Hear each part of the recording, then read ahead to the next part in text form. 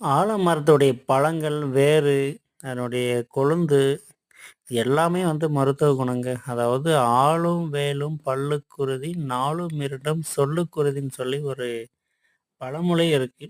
அதாவது ஆலமரத்துடைய வேரையும், வேல மரத்துடைய வேரையும் 2யும் நல்லா மிக்ஸ் பண்ணி அரைச்சு பொடி செஞ்சு அதில பல்லு விளக்கிட்டு வந்தீங்கன்னா, அவ்வளோ ஸ்ட்ரென்த்தா இருக்குமாம்.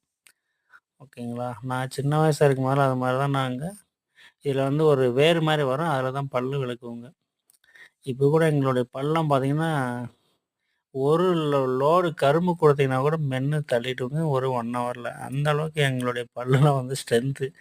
அதனால இந்த வேர் எங்க கிடைச்சாலும் அத பறிச்சு பல்ல விலக்கி பாருங்க. பயங்கரமான ஸ்ட்ரென்த்து. அதனுடைய பழங்கள் இருக்கு இல்லைங்களா?